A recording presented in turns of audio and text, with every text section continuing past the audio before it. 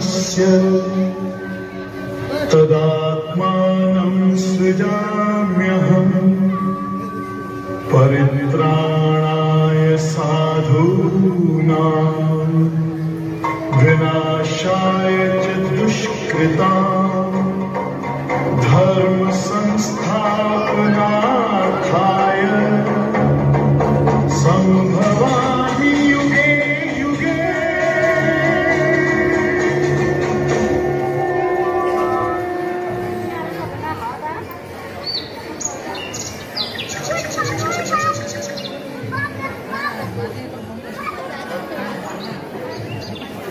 तुम्हें पता है कि आज कौन सा दिन है?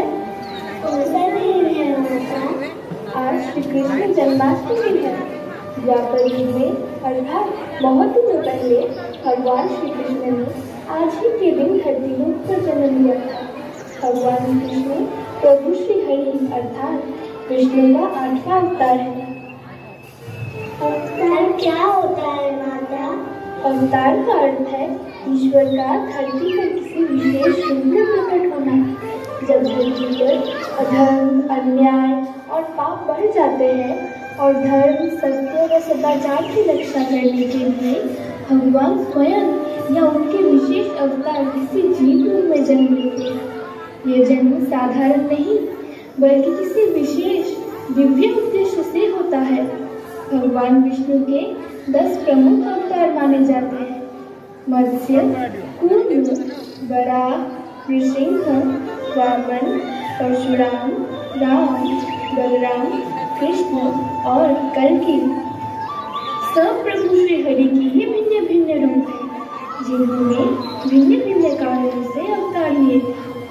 लोग चाहे किसी भी भगवान का पूजन करें और भजन करें, सब उन्हीं को ही पूजते हैं।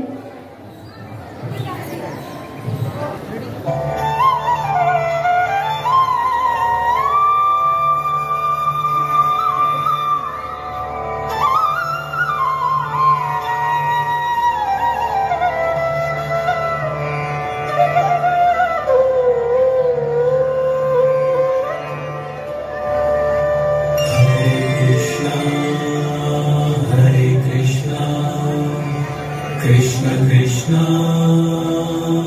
हरे हरे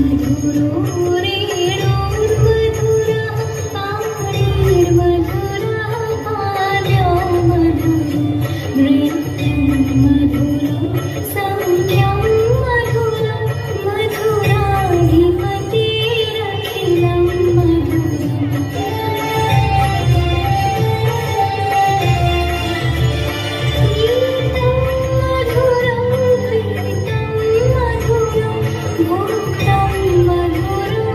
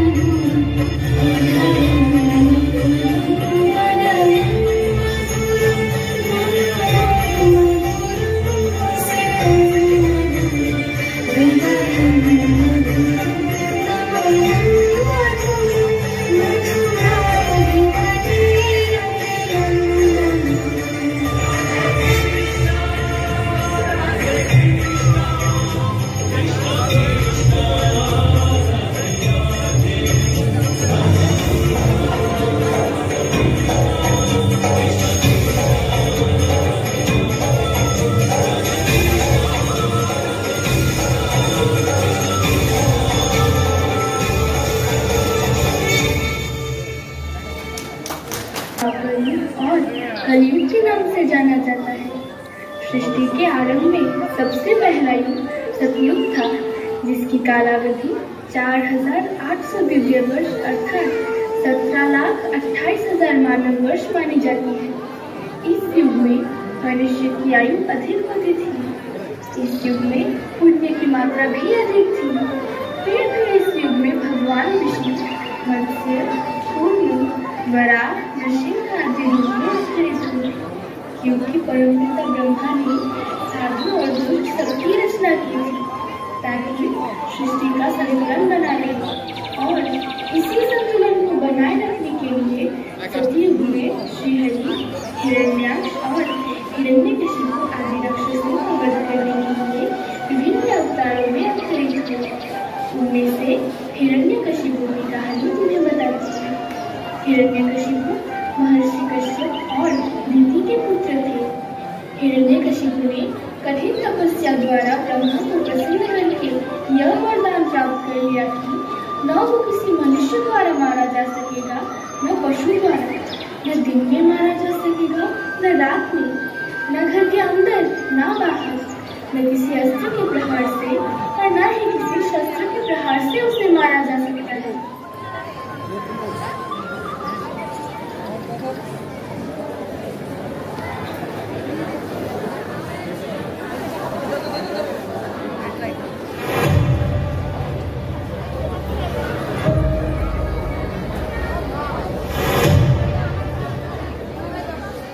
मैं अमर हूँ।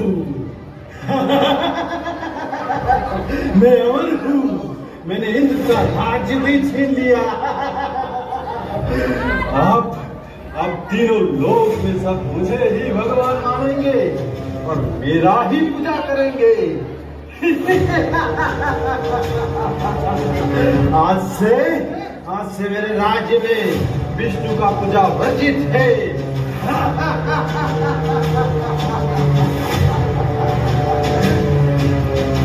महाराज, आपका पुत्र प्रहलाद श्री विष्णु का भक्त है और उसका पूजा भी करता है। नहीं, ये कदापि नहीं हो सकता।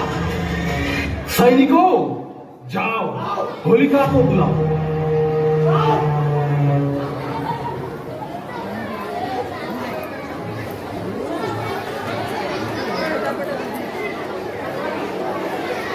हिरण्यकशिपु ने अपनी बहन होलिका से कहा कि वो अपनी गोद में प्रहलाद को लेकर प्रज्वलित अग्नि में चली जाए, क्योंकि होलिका को यह वरदान था कि वो अग्नि में नहीं जलेगी। जब होलिका ने प्रहलाद को लेकर अग्नि में प्रवेश किया तो प्रहलाद को कुछ भी नहीं हुआ, पर होलिका जलकर राख हो गई। प्रहलाद को और भी बहुत कष्ट देने की और मारने की भी कोशिश की गई, परंतु विफल हुई। अंतिम प्रयास में हिरण्यकशिपु ने लोहे के एक खंभे को गर्म कर लाल कर दिया तथा प्रहलाद को उसे गले लगाने को कहा।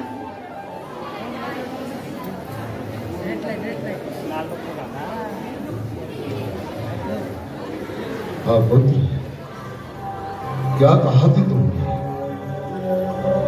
इस लोस्तंभ में तेरा विष्णु है। यदि इस लोस्तंभ में तेरा विष्णु है तो जा गले लग इसके, जा।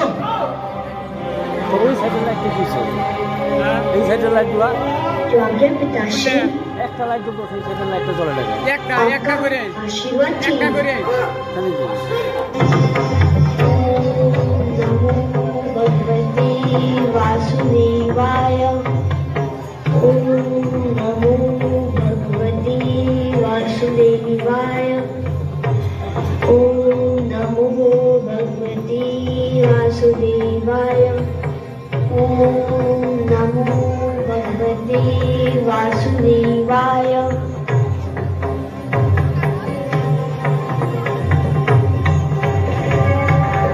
मैं अपने विष्णु के गले लग गया पिताश्री। कपटी, अवश्य तेरे पास मायावी शक्तियां हैं जिसकी सहायता से तूने इस लोस्तंभ को ठंडा कर दिया। सैनिकों, बांध दो इसे इसी खंभे से। आज मैं इसके प्राण लेकर ही दम लूंगा। बांध दो इसे।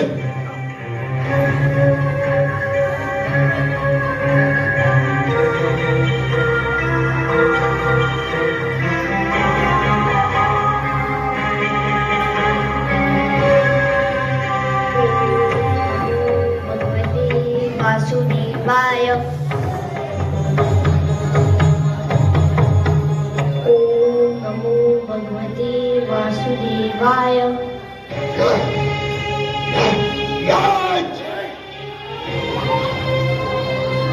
अब तुझे कोई नहीं बचा सकता, तेरा विष्णु भी नहीं।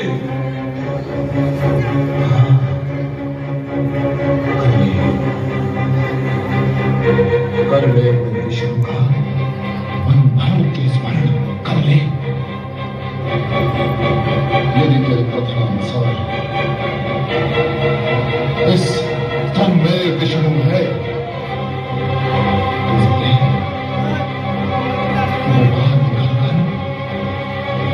तुझे दर्शन दे और तेरे पद का दृश्य भी देखे।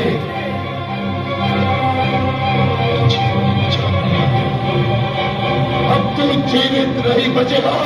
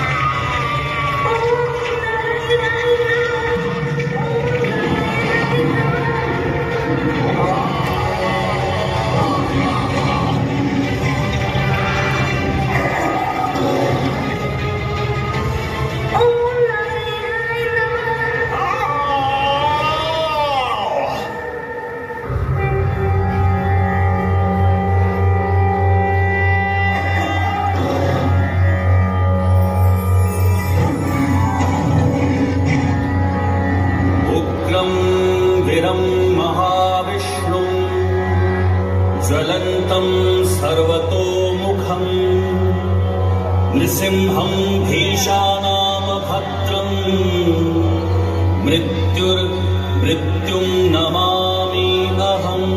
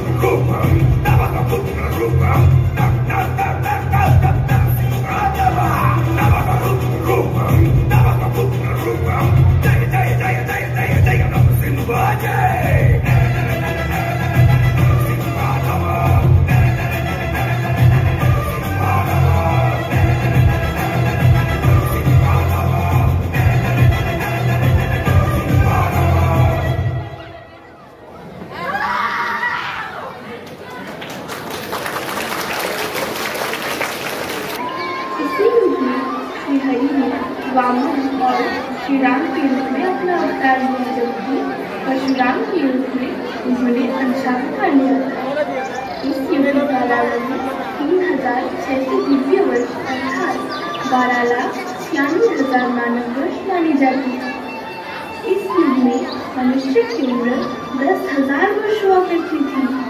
इस युग में रावण, कुंभकर्ण और अहिरावण जैसे अत्याचारी राक्षसों ने लोगों के ऊपर बहुत अत्याचार किया, जिसके कारण प्रभु श्री हरि को इस पृथ्वी पर अवतार लेकर इन असुरी शक्तियों का दमन करना पड़ा। राक्षस राज रावण ने जब सीता माता का हरण कर लिया था, तब प्रभु श्री राम ने हनुमान सहित अपने वानर सेना को लेकर लंकाधिपति रावण का वध कर लिया तथा माता सीता का उद्धार किया।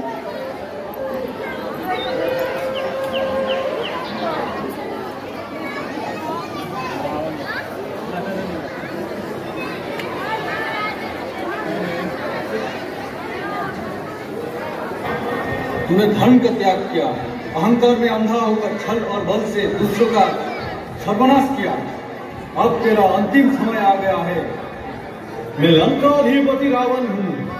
देवता भी मेरा सामना करने से डरते हैं और तू तो तुच्छ मानव है। मेरा शक्ति अपार है। रावण, शक्ति का अहंकार ही विनाश का कारण है। लौट जा और सीता को सम्मान पूर्वक वापस कर दे। मैं तुझे क्षमा भी कर सकता हूँ। क्षमा? क्षमा? युद्ध भूमि में खड़ा राक्षस रावण किसी से क्षमा नहीं मांगता। तो फिर रावण, ये समझ ले, धर्म का विजय और अधर्म का नाश करना ही मेरा संकल्प है। आज तेरा अंत का समय आ गया है रावण।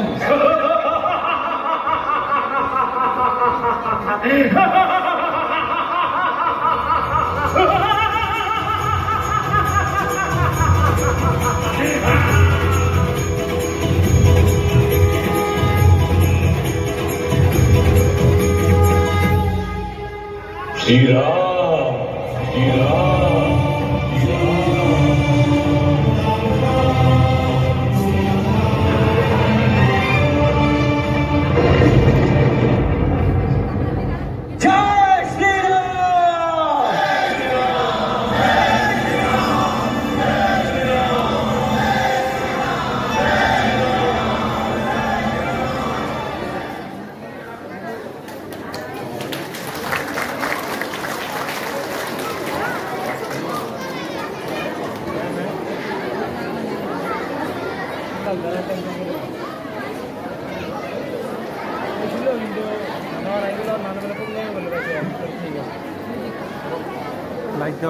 रघुकुल रीत सदा चली आई, प्राण जाए पर वचन न जाए।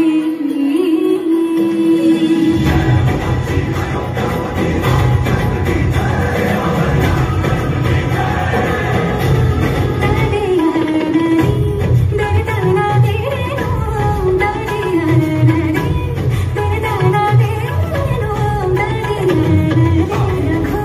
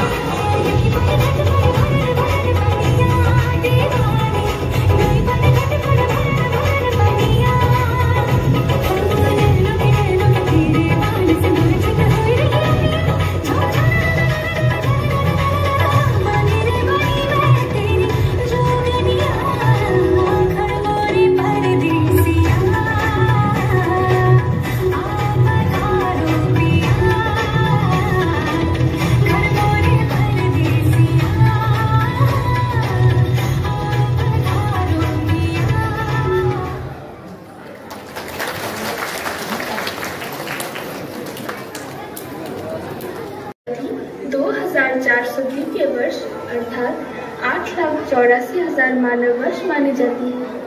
इस युग में धर्म के चारों ओर अधर्म अपना पांव पसारने लगे। धरती पर असुरी शक्तियां एकत्रित हो गए थे। उस समय लाखों दैत्यों ने घमंडी राजाओं का रूप धारण करके पृथ्वी को आक्रांत कर रखा था। उनमें से सबसे शक्तिशाली दैत्य मथुरा का कंस था, जो धर्म के नाश करने पर तुला हुआ था। कंस की चचेरी बहन देवकी के साथ यदुवंशी वासुदेव जी के विवाह होने के बाद कंस को आकाशवाणी से पता चला कि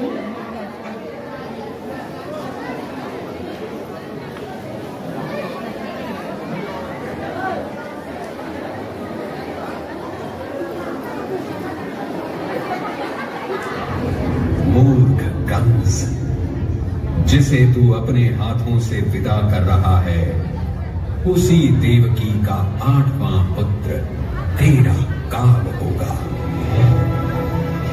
नहीं नहीं, ऐसा नहीं हो सकता। सिपाहियों, देवकी और वासुदेव को तुरंत जेल में डाल दो। यह सुनकर कंस का रंग उड़ गया। वह रात दिन भयभीत रहने लगा। उसने देवकी और वासुदेव को कारागार में डाल दिया और उनके हर बच्चे को मार डालने का आदेश दिया। उसने देवकी और उसके पति वासुदेव को बंदी बना लिया। कंस ने सोचा कि अगर वह देवकी के सभी बच्चों को मार डालेगा तो वह सुरक्षित रह जाएगा।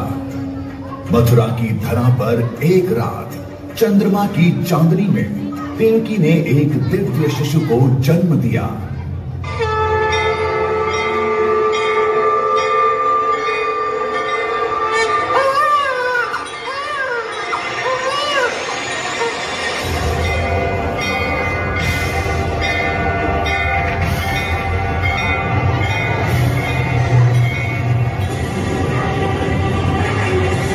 जेल के दरवाजे अपने आप खुल गए और सारे पहरेदार बेहोश हो गए। भगवान विष्णु की कृपा से वासुदेव को राक्षसों और तूफानों से बचाते हुए यमुना नदी पार करने का मार्ग प्रशस्त हुआ। वासुदेव ने चुपके से कृष्ण को उठाया और यमुना नदी पार कर वृंदावन चल पड़े।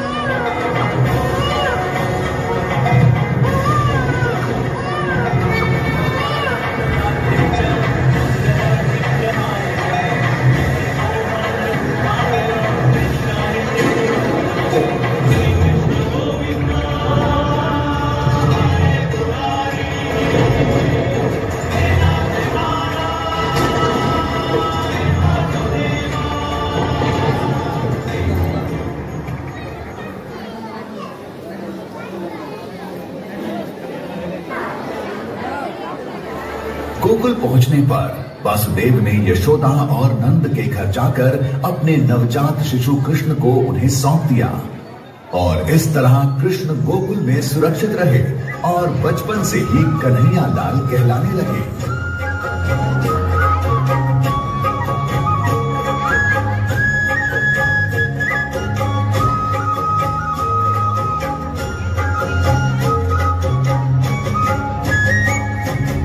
आनंद उमंग भयो जय हो नंद लाल की।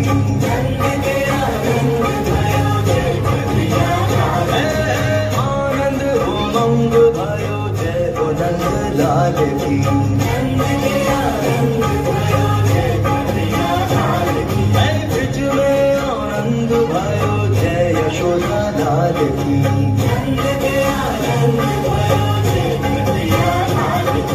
जय हो नंद लाल की, जय यशोदा लाल की।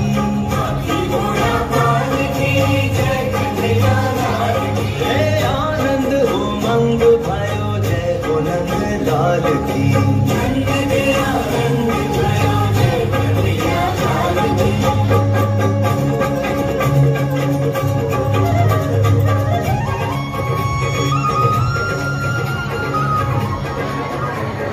बोलिए जय श्री कृष्ण कन्हैया लाल की। वहां यशोदा और नंद ने कृष्ण को अपने पुत्र की तरह पाल पोस कर बड़ा किया। कृष्ण माखन चोर के नाम से जाने जाते थे। अपने मित्रों के संग गोपियों के पानी के घड़े तोड़ देते, कभी मटकी तोड़ माखन चुरा लेते, कई बार तो ऊंची टंगी हुई मटकी भी अपने साथियों के साथ तोड़ देते। एरा वनवासियों के लिए जीवन का स्रोत थी। उस नदी में एक भयानक सांप कालिया नाग रहने लगा। वह नदी को जहर से भर रहा था और लोगों को बीमार कर रहा था। एक दिन कृष्ण अपने दोस्तों के साथ यमुना नदी के किनारे खेल रहे थे। खेलते खेलते उनकी गेंद नदी में गिर गई। कृष्ण गेंद को निकालने के लिए नदी में कूद गए।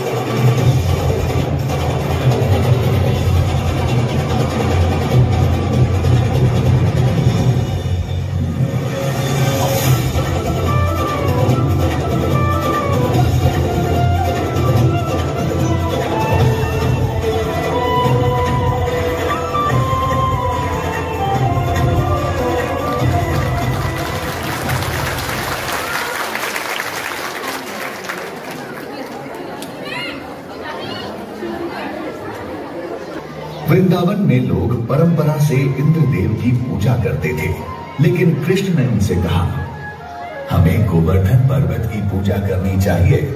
यह पर्वत ही हमारा पालन पोषण करता है। इसी पर्वत से हमें घास, चारा, फल और सब्जियां मिलती हैं। हमारी गायें इसी पर्वत पर चरती हैं। यह पर्वत हमारी रक्षा करता है। लेकिन इंद्रदेव, देवताओं के राजा को यह पसंद नहीं था। उन्हें लगा कि लोग उनकी पूजा करने के बजाय इस पर्वत की पूजा कर रहे हैं। इंद्र ने गुस्से में आकर वृंदावन पर बहुत तेज बारिश करवाई। बारिश इतनी तेज थी कि पूरा गांव पानी में डूबने लगा। लोग बहुत डर गए। उन्होंने कृष्ण से मदद मांगी।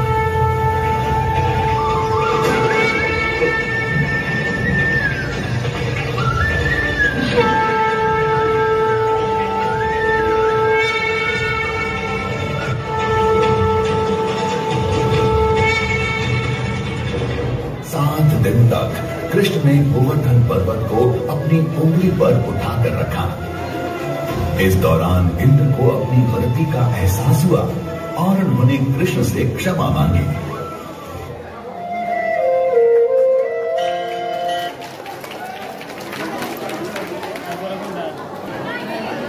वृंदावन प्रेम और भक्ति का एक पवित्र स्थान।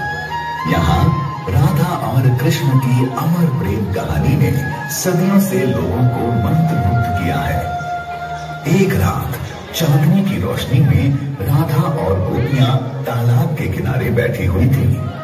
तभी कृष्ण अपनी मधुर बांसुरी बजाते हुए आए।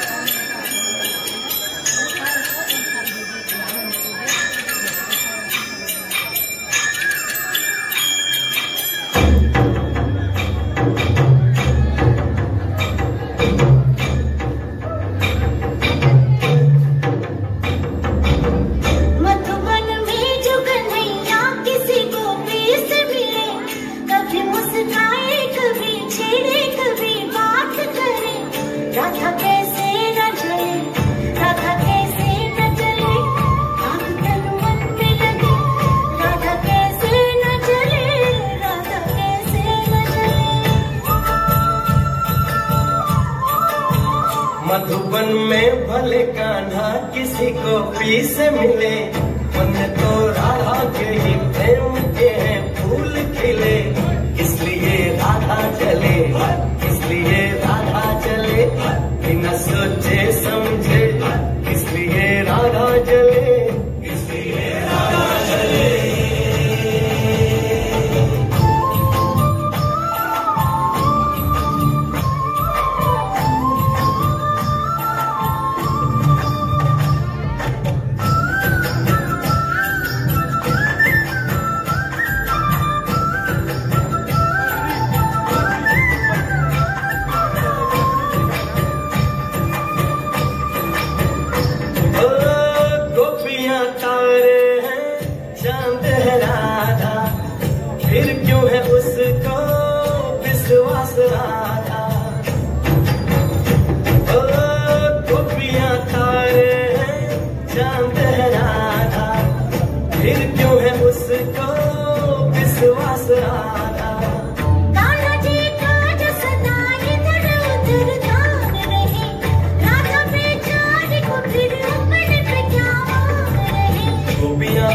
जानी है राधा तो मन की रानी है, गोपियाँ आनी जानी है राधा तो मन की रानी है। सांझ सखारे जमुना किनारे राधा राधा ही कान्हा पुकारे।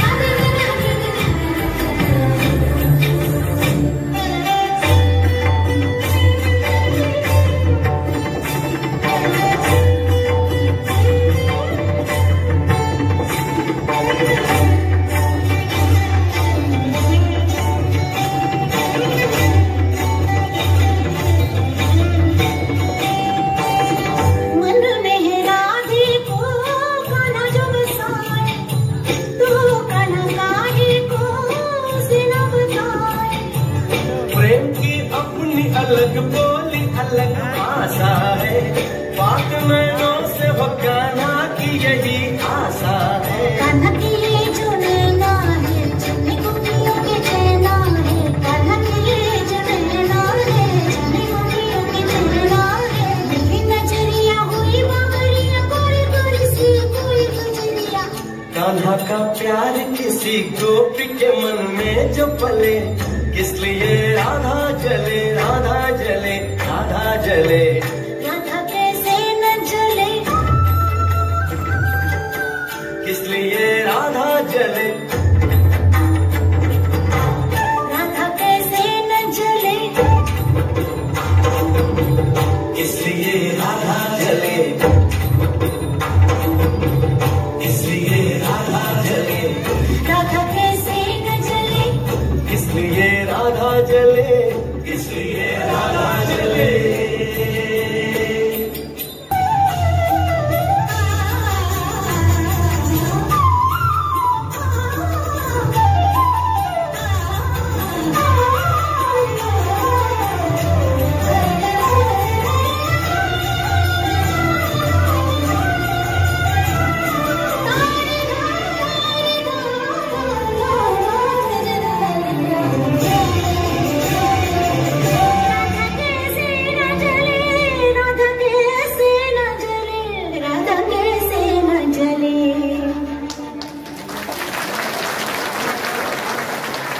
प्रेम और भक्ति का एक अद्भुत मिलन है।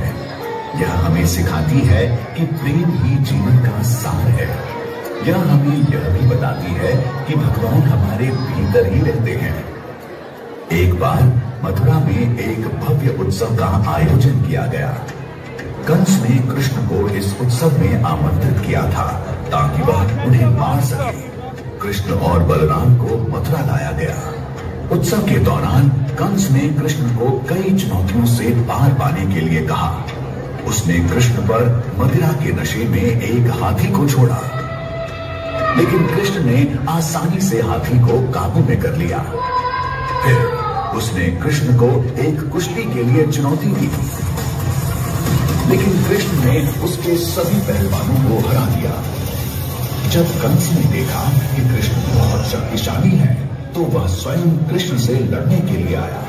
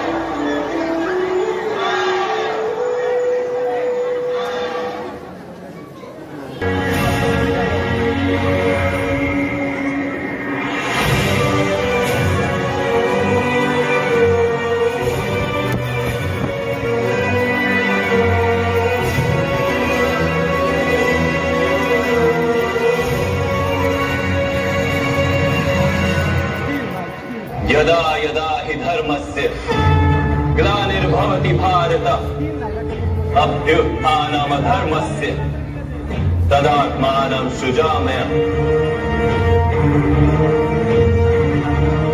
परित्राणाय साधूनां विनाशाय च दुष्कृताम् धर्म संस्थापनार्थाय संभवामि युगे युगे।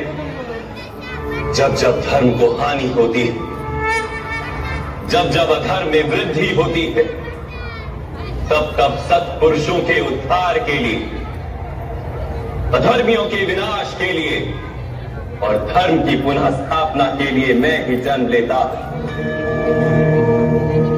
ये प्रत्येक युग में होता आया है और आगे भी ऐसा ही होगा।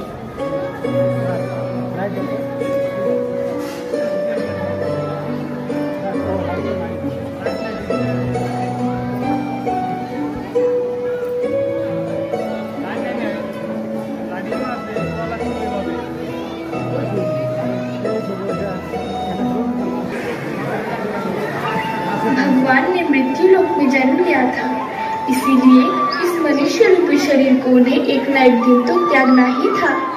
भगवान श्री कृष्ण के वैकुंठ धाम चले जाने की सूचना जब युधिष्ठिर को मिला, तो उनको भी समझ आ गया कि अब उनके जीवन का उद्देश्य भी समाप्त हो चुका है।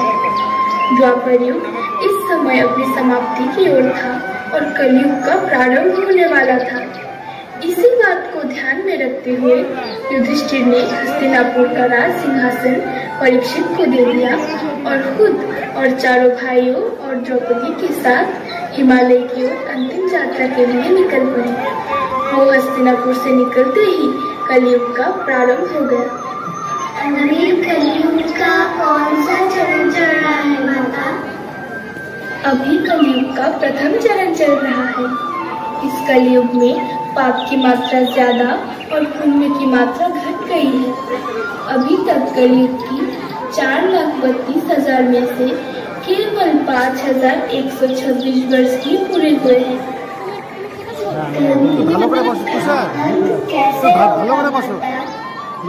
ब्रह्म पुराण के अनुसार कलयुग के अंत में मनुष्य की आयु 18 वर्ष रह जाएगी। इस दौरान लोगों में पाप बढ़ती जाएगी और पाप से धन कमाने वाले लोग भी अधिक होंगे। मनुष्य एक दूसरे की हत्या करने से भी नहीं कतराएंगे। इंसान सभी धार्मिक कार्य करना बंद कर देंगे। धर्म भ्रष्ट हो जाएगा। मनुष्य बिल्कुल भी सुरक्षित नहीं रहेंगे। उनका अपने ही घर में अपने ही घर के लोग उनके साथ व्यभिचार करने लगेंगे। आतंक चरम सीमा पर होगा। प्रभु कौन से अवतार में आएंगे माता? तब श्री हरि कल की अवतार लेके आएंगे और समस्त पापियों को विनाश करके धर्म की पुनः स्थापना करेंगे। तुम्हें याद नहीं महाभारत युद्ध के दौरान प्रभु श्री कृष्ण ने अर्जुन से क्या कहा था? यदा यदा हि धर्मस्य ग्लानिर्भवति भारत अभ्युत्थानम् धर्मस्य तदात्मानं सृजाम्यहम्।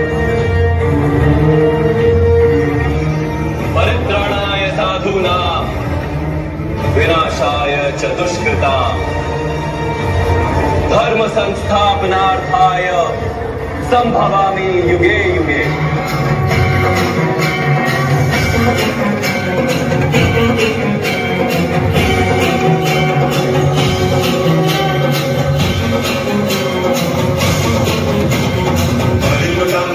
चरण डोळ्यान पाहिन रूप तुझे वेगळे अनंगिन आनंद पूजन भावे वाळीन म्हणे नावा। त्वमेव माता पिता त्वमेव त्वमेव बंधुश्च सखा त्वमेव त्वमेव विद्या करुणं त्वमेव त्वमेव सर्वं मम देव। कायेन वाचा मनसेन्द्रियैर्वा पूजा करावा भक्ति स्वभावा करोमि यत् सकलं परस्मै नारायणाय समर्पयामि। अच्युतं केशवं रामनारायणं दामोदरं वासुदेवं हरि श्रीधरं माधवं गोपिकावल्लभं जानकीनायकं रामचन्द्रं भजे। हरे राम राम राम हरे हरे हरे कृष्ण हरे